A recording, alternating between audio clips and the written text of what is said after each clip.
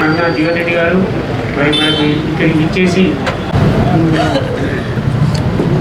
జగిత్యాల పట్టణ సోదరులకు మరియు పెద్దలకు చిన్నలకు అందరికీ మా యొక్క ఎమ్మెల్యేగా ఆయన మనందరినీ జీవించుకుంటూ ఆయన జీవనం పొందాలని కోరుకుంటూ అందరి తరఫున శుభాకాంక్షలు తెలియజేస్తూ తీరడానికి మరి అలాగే మా జీవనాలు కూడా మరి రాబోయే కాలంలో మరి ఎన్నో పనులు ఆకర్షించాలని చెప్పి మా బాధను వినియోగించుకుంటూ మరి ఆనందంగా మరి ఏదైనా కార్యక్రమం మొదలుపెడితే విజయం సాధించాలని మేమందరం మనస్ఫూర్తిగా అందరికీ మనస్ఫూర్తిగా చెప్తూ అన్నగారికి అందరి జీవనం ఉండాలని దయచేసి మీ అందరినీ కోరుకుంటున్నాను. Thank you. ఇప్పుడు సీనియర్ కాంగ్రెస్ నాయకుడు చిట్ల శంకర్ గారిని ఒకసారి మాట్లాడుతున్నారు.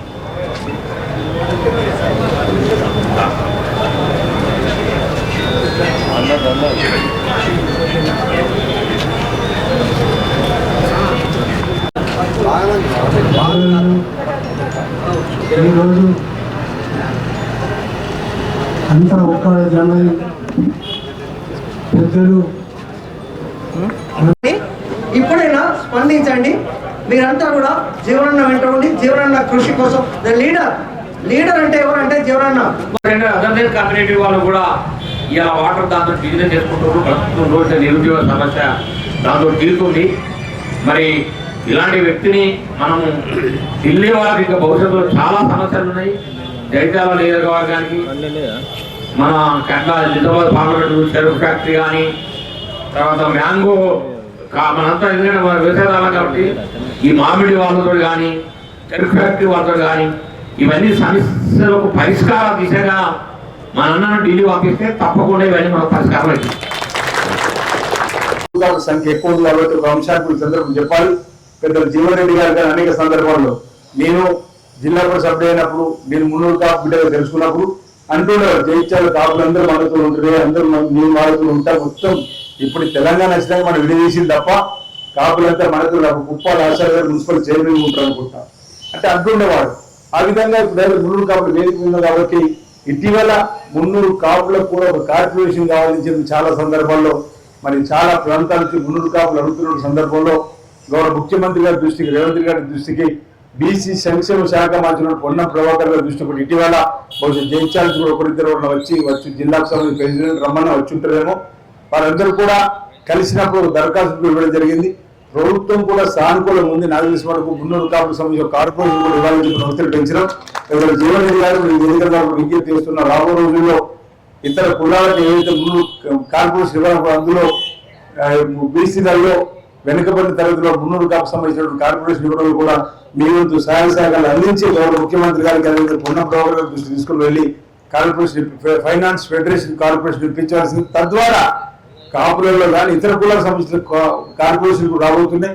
అందువల్ల పేదవారికి స్కాలర్షిప్లు ఇవ్వడమా, చదువుకోవడానికి పేదవారికి వ్యవసాయం చేసుకునే వారికి కాలేజీలు ఇవ్వడమా, దున్నడానికి నావెలు ఇవ్వడమా, చిన్నగా ట్రాక్టర్లు ఇవ్వడం వ్యవసాయం చేసుకోవడానికి, లేదు ఇతర కులాల వారికి ఏ విధంగా మరి కుల వృత్తుల్ని నమ్ముకొని ముందుకు పోయేటువంటి వారికి ఆయా కార్పొరేషన్ ద్వారా మరి వాళ్ళు లబ్ధి పొందడానికి అవకాశం ఉంటుంది. కాబట్టి అలాంటివి రావాలని చెప్పకుండా ప్రభుత్వం కోరుకుంటుందని మాట సందర్భంగా తెలియజేస్తూ ఇది మనం అందరూ కూడా గమనించినాం. 10 సంవత్సరాలు టీఆర్ఎస్ పార్టీకి అవకాశం ఇస్తే 6,70,000 కోట్లు అప్పు అనుకున్నాం. కానీ నిన్న రోజు మళ్ళీ ఈ సంవత్సరం కట్టవలసినటువంటి మిత్తిని కలుపుకుంటే 7 లక్షల పైచిల్క అప్పులలో ఈరోజు టీఆర్ఎస్ పార్టీ చేసి ప్రభుత్వం మారిన క్రమంలో ఇచ్చిన సందర్భం. ఇక కాళేశ్వరం కుంగిపోయింది, ఓ పక్కన చీలి పరిస్థితి, కాళేశ్వరం ఉన్నటువంటి మేడిగడ్డ అదేవిధంగా అన్నాడు దగ్గర కూడా లీకేజ్ కూడా అవుతుంది. నాణ్యత లేని కట్టడాలు, అవినీతి అక్రమైన సమస్య కట్టడాలు, కృష్ణా జిల్లాలకు సంబంధించిన అంశం కూడా మీరు శ్వేతపత్రాలు ప్రభుత్వాలు అసెంబ్లీలో వచ్చినటువంటి కూడా మనం గమనించినాం. వీటన్నిటిని కూడా ప్రజలలోకి బాగా తీసుకొని వెళ్ళి గతంలో జరిగినటువంటి నష్టం ఈ ఎన్నికల్లో జరగకుండా మనమంతా కూడా ఈసారి మళ్ళీ కాంగ్రెస్ పార్టీ వెంటనే ఉందాం, కాంగ్రెస్ పార్టీ అభ్యర్థిని గెలిపించుకుందాం, ఈ ప్రాంతంలో జీవన్ రెడ్డి గారికి నిలబడిన భావనను ప్రజల్లో తీసుకుపోవడం కోసం మీ అందరూ కూడా ప్రయత్నం చేయాలని చెప్పి సందర్భంగా నేను మనవి చేస్తూ ఈ ఇటీవల ఎంప్లాయీస్ కి సంబంధించిన మున్నూరు కాపు జయించాలకు సంబంధించి ఒక క్యాలెండర్ ఆవిష్కరణ కార్యక్రమంలో నన్ను ఆహ్వానించినప్పుడు పెద్ద జీవన్ రెడ్డి గారికి ఈ అంశం చెప్పలేను. కానీ వాళ్ళు ఆహ్వానించినప్పుడు అప్పుడే చెప్పారు నేను ప్రైవేట్ గా నాకు పేరు ఎప్పుడో బాగోలేదు, నాకు ఇద్దరు మిత్రులు కూర్చున్నారు ఉద్యోగస్తులు. మీరు ఇటీవల జీవనాన్ని కలిసిన మాట సందర్భంలో మీ సంఘానికి 10 లక్షలు ఇస్తామని చెప్పని అందరూ బహుశా మీరు పోతే 10 లక్షలు వస్తాయి వచ్చాడు. కానీ తీరా చూస్తే 20 లక్షలు అవుతుంది. అది 10 లక్షలు వచ్చాక 20 లక్షలు అని అంటూ సంతోషం. భవిష్యత్తులో కూడా నేను కూడా మీ బిడ్డగా ఉన్నా, అన్న ఆదేశిస్తే నేను కూడా ఈ కార్యక్రమంలో పాల్పంచుకోవడానికి కోసం తప్పనిసరిగా నేను కూడా నిమగ్నం అయితే మీకు కళ్యాణ మండపంలో మాట సందర్భంగా నేను తెలియజేస్తూ, రాబో రోజుల్లో మనందరం కూడా మరి గతంలో ఏ విధంగా అయితే ఈ ప్రాంతంలో అన్నకు అండగా ఉండి ముందుకు సాగినాం, ఇప్పుడు కూడా అదే విధంగా అన్నకు అండగా నిలబడి ముందుకు ఉండాలని మీ అందరూ కూడా కోరుతూ, నాకు ఈ అవకాశం ఇచ్చి ఈరోజు ఏదైతే ఆత్మీయ సమ్మేళన పేరిట కాంగ్రెస్ పార్టీలో చేయడానికి మున్నూరు కాపుల బాంధవులందరూ కూడా ముందుగా ఇతర పార్టీలో అనేక మంది అందరూ కూడా వచ్చి ఏకతాటిపై నిలబడి వచ్చినటువంటి మీ అందరూ కూడా నా వైపు నుంచి స్వాగతం తెలియజేస్తూ, రాబో రోజుల్లో తప్పనిసరిగా మన మధ్య ఉన్నటువంటి కష్ట సుఖాల్లో అందరితో పాటు మేము కూడా పాల్పంచుకుంటా ఏ అంశాలైనా చెప్పడానికి కోసం ప్రయత్నిస్తే, ఎందుకంటే అన్నని చూసే నేర్చుకోండి. నేను కూడా అర్ధరాత్రి 10 గంటలకు ఫోన్ అవుతా మా ప్రాంతంలో అందరూ కూడా తెలుసు. ఎప్పుడు ఏ ఫోన్ అయినా ఒక మీటింగ్ ఇప్పుడే మీటింగ్ మీద మాట్లాడుతున్న గంట సేపు ఫోన్ దగ్గర లేదు.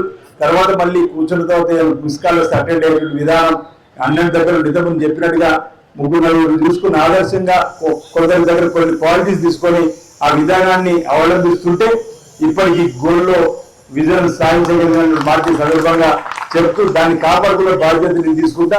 మీరు కూడా ఇక్కడ అన్నను కాపాడుతూనే మీ చుట్టాలు అక్కడ కూడా మమ్మల్ని కూడా కాపాడే ప్రయత్నంలో ఉండాలని చెప్పి సందర్భంగా మనవి చేస్తూ, నాకు ఈ అవకాశం కల్పించినటువంటి పెద్దలు జీవన్ రెడ్డి గారికి, అదేవిధంగా వేరే పట్టణ మున్నూరు కాపు సంఘం బాధ్యులందరూ కూడా పేరున మీకు అభినందనలు ధన్యవాదాలు తెలియజేస్తున్నాను. జై హింద్. ఎమ్మెల్యే ఆల్ఫీనన్న మన మున్నూరు కాపు ఫంక్షన్కి సహకరిస్తానని చెప్పినందుకు వారికి మా సంఘం తరఫున ముఖ్యంగా మున్నూరు కాపు అంటే ఏదైతున్నదో ఒక రైతు ఈ దేశానికి పట్టణ అన్నం పెట్టేవారు ఎవరు అని చెప్పంటే మా మున్నూరు కాపు సోదరు అని చెప్పాలి తప్పని చెప్పాలి. నాకు నేను మీలో కలిసిపోవడానికి కారణం ఏంటంటే మనం అందరూ కాపులమే, వాస్తవం అందరూ కాపులమే. దాని రీతిలో మున్నూరు కాపని, గోనె కాపని, గుడేడి కాపని చెప్పని ఈ విధంగా సామాజికంగా కొన్ని విభజన జరిగినప్పటికీ అందరిది ప్రధానంగా వ్యవసాయమే మన ప్రధాన బతుకుదెరు. నేను ఉత్తరం చెప్పాను బతుకుదెరు. కాబట్టి అందరూ ఒకే రకమైనటువంటి ఒక జీవనాధారంపై నిలబెట్టున్నాం. కాబట్టి అందరూ ఒకటి అనుకుంటా చెప్పంట అంటే నాకే చెప్పంటేనే ఇప్పుడు మా మొగోళ్ళ కంటే మా ఆడబిడ్డ ఉంటారనే వాళ్ళని ఎక్కువ ఆదరిస్తాం. ఊళ్ళో పోతే నన్ను చూడంగా ఏదైతుందో ఏదో మా కుటుంబ సభ్యుడు వచ్చిండు అని చెప్పినట్టు ఒక ఆత్మీయతతోని నన్ను ఆదరిస్తారని చెప్పండి. సరే, రాజకీయంగా కొన్ని సందర్భాలలో కలిసి రావడం జరుగుతుంది, కొన్ని సందర్భాలలో మనం ఆశించిన మేరకు పెద్ద పొందలేకపోతే అది వేరే విషయం. మన ఆత్మీయ కలయిక అనేది ఇది కేవలం రాజకీయాలకే పరిమితమైనది కాదు అని చెప్పంటున్నాను. రాజకీయం అనేది అదొక అంశం, కేవలం రాజకీయాలకే పరిమితమై మనం ఇక్కడ సమావేశం కాలేదు. కేవలం రాజకీయాలే ప్రధాన అంశం కాదు అని చెప్పంటున్నాను. నేను 94 ఎన్నికల్లో అప్పుడు రమణ గారు మొదటిసారి ఎమ్మెల్యే గెలిచిండ్రు. వారు పార్లమెంట్ సభ్యుడు ఎంపికైన తర్వాత ఉప ఎన్నికలు వచ్చినాయి. నా మొదటికెళ్ళి కూడా మున్నూరు కాపు సోదరు రీతిలో బాగా అండగా నిలబడి నన్ను అన్ని విధాలు ఆదుకుంటున్నటువంటి ఒక వర్గం అని చెప్పండి. అప్పుడు చంద్రబాబు నాయుడు గారు ఏదైతున్నదో ఇక ఉప ఎన్నికల్లో సీట్ గెలవాలనేటువంటి ఒక భావనతోని జీవన్ రెడ్డికి ప్రధాన బలము అండ ఎవరు? మున్నూరు కాపు వర్గం. మరి ఆ వర్గంకి వెళ్ళిన అభ్యర్థిని పెట్టినట్టయితే వాళ్ళని విడదీసినట్టయితే ఇక జీవన్ రెడ్డి ఒక బలం అనేది తగ్గిపోతుంది. మన సీట్ సునాయాసాన్ని గెలుచుకోవాల్సిన ఒక భావనతోని అప్పుడు మిత్రుడు బండారి వేణు గారిని అభ్యర్థి చేసిండ్రు.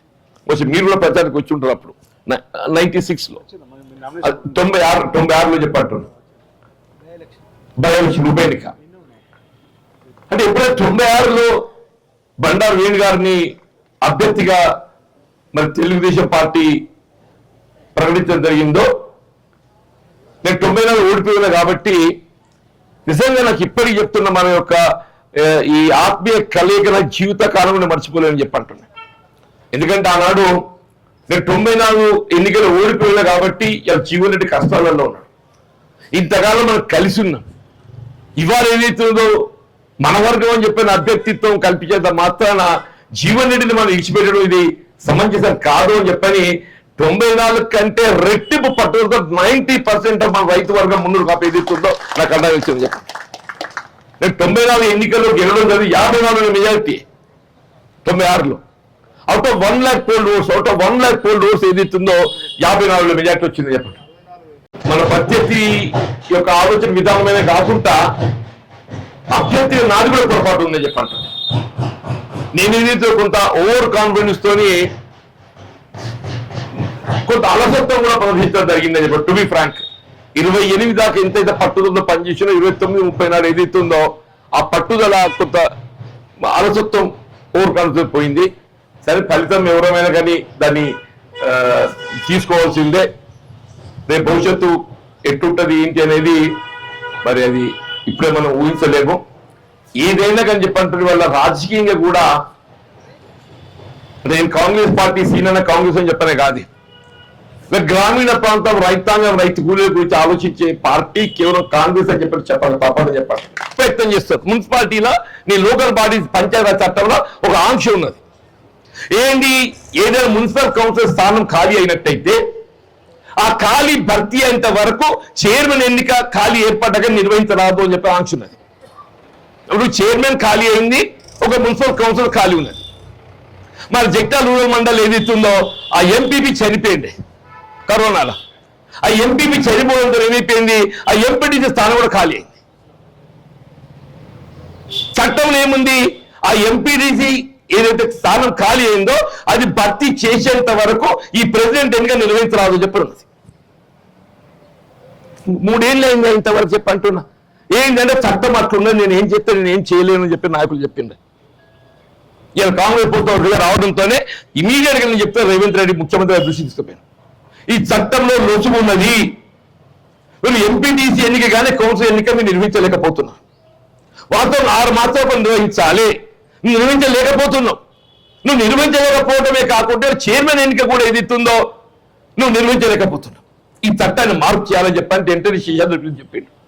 ఆయన జీవన్ రెడ్డి చెప్తుంది ఆ సంగతి చూడాలి అని చెప్పాను. ఆయన పాపం ఆయన లా సెక్రటరీ పిలిచి దాన్ని ఎగ్జామిన్ చేయించి ఏ గతంలో చట్టంలో ఏ లొసుగు ఉన్నదో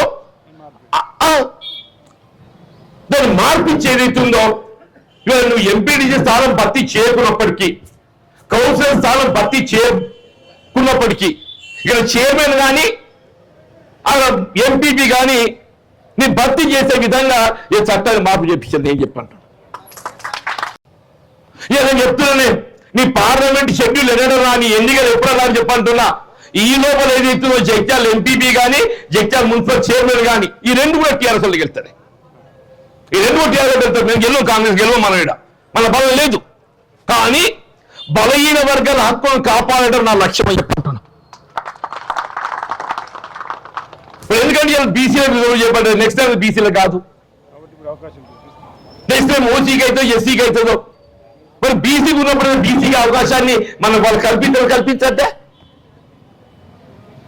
నేను చెప్తున్నాను, ఏ బీసీ కింద చేయబడ్డ ఎంపీపీ జగిత్యాల రూరల్ కానీ జగిత్యాల మున్సిపల్ చైర్పర్సన్ కానీ నీ పార్లమెంట్ ఎన్నికలకు సంబంధం లేకుండా అది భర్తీ చేయబడే విధంగా నేను నోటిఫికేషన్ జారీ చేపిస్తా చెప్పంటున్నా. లేకపోతే నా సంబంధం లేదు. దయచేసి వల్ల నిజంగా మున్నూరు కాపు సోదరులు అంటే నా కుల బాంధవులు అని చెప్పి అంటున్నా. మీరు ఏ విధంగా అనుభవిస్తారు నాకు తెలియదు, కానీ నాకది కుల బాంధవులు అని చెప్పి అంటున్నా.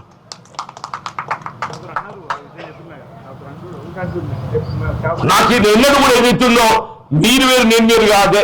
అసలు పల్లెటూళ్ళు అంటే అందరూ ఒకటి అనుకుంటున్నాయి, దాంట్లో కాపోలు అంటే తప్పదని ఒకటి అనుకుంటా చెప్పారు. కాపోలు అంటే నేను కాపోని కాబట్టి చెప్పంటున్నా. దయచేసి ఏదైతుందో రేపు భవిష్యత్తు ఎట్లున్నా కానీ వీళ్ళ జగిత్యాలకి ఏదైతుందో సేవ చేసే అవకాశం నేను ఎన్నికల్లో ఆశించిన ఫలితం పొందకున్నా కానీ అలా కాంగ్రెస్ ప్రభుత్వం వచ్చింది కాబట్టి వీళ్ళకి అవకాశం వచ్చింది. అలా కాంగ్రెస్ ప్రభుత్వం రాకుంటే ఇలా మిత్రులు అన్న కదా మేము 10 నిర్వహిస్తానని చెప్పని ఏడికెళ్ళి ఇస్తున్నాయి. అలా కాంగ్రెస్ వచ్చింది కాబట్టి నేను చేసిన. రేవంత్ రెడ్డి గారు ఏదైతున్నారో నియోజకవర్గానికి ఓ 10 కోట్లు ఇస్తానడా, నాకు అవకాశం వచ్చింది. మా రైతు బిడ్డలు ఏదైతుందో ఈ సంఘ భవనం పూర్తి చేసే ఒక బాధ్యత నాది అని చెప్పంటున్నాను. పైసా చెప్పంటున్నాను, చెప్పండి. మా సీనాల కూడా ఉన్నాడని చెప్పంటూ ఆయన మొత్తం మన జగిత్యాల జిల్లా వాడే. ఆయన 2 మండలాలు ఉన్నాయి. ఆయన కూడా పొత్తుంటా చెప్పంటున్నా, ఆయన వేరే అనుకోకని చెప్పంటున్నా. అదే అంటూ నేను ఇప్పుడు నాకంటే మొత్తం జయించాలి కాబట్టి నాకు కొంత ఎక్కువ భాగం ఉంటుంది, ఆయన తక్కువ భాగం ఉంటుంది కావచ్చు. కానీ ఆయన మనతో భాగస్వామి, ఆయన వంతు కూడా ఆయన నిధులకు వెళ్ళి ఒక 10 లక్షల రూపాయలు ఇవ్వాలని చెప్పని కోరుతుంది. ఇంకేంది సీనియర్ పిలుచుకున్నందుకు ఏదైతుందో మన 10 లక్షలు గిట్టుబాటు అయింది. నన్ను ఆదరించి అభిమానించే విధంగా మీరందరూ ఆశీర్వదించడానికి ముందుకు వచ్చినందుకు మీకు అందరూ హృదయపూర్వకంగా ధన్యవాదాలు చెప్తూ సెలవు తీసుకుంటూ చేయాలి.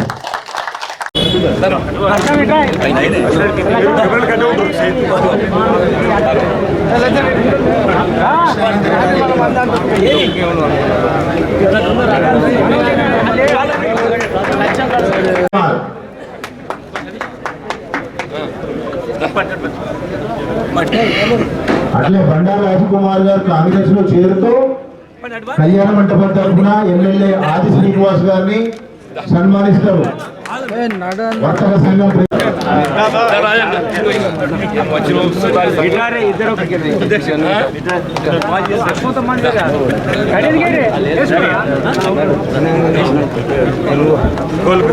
తర్వాత పుప్పాల నరసింహరావు,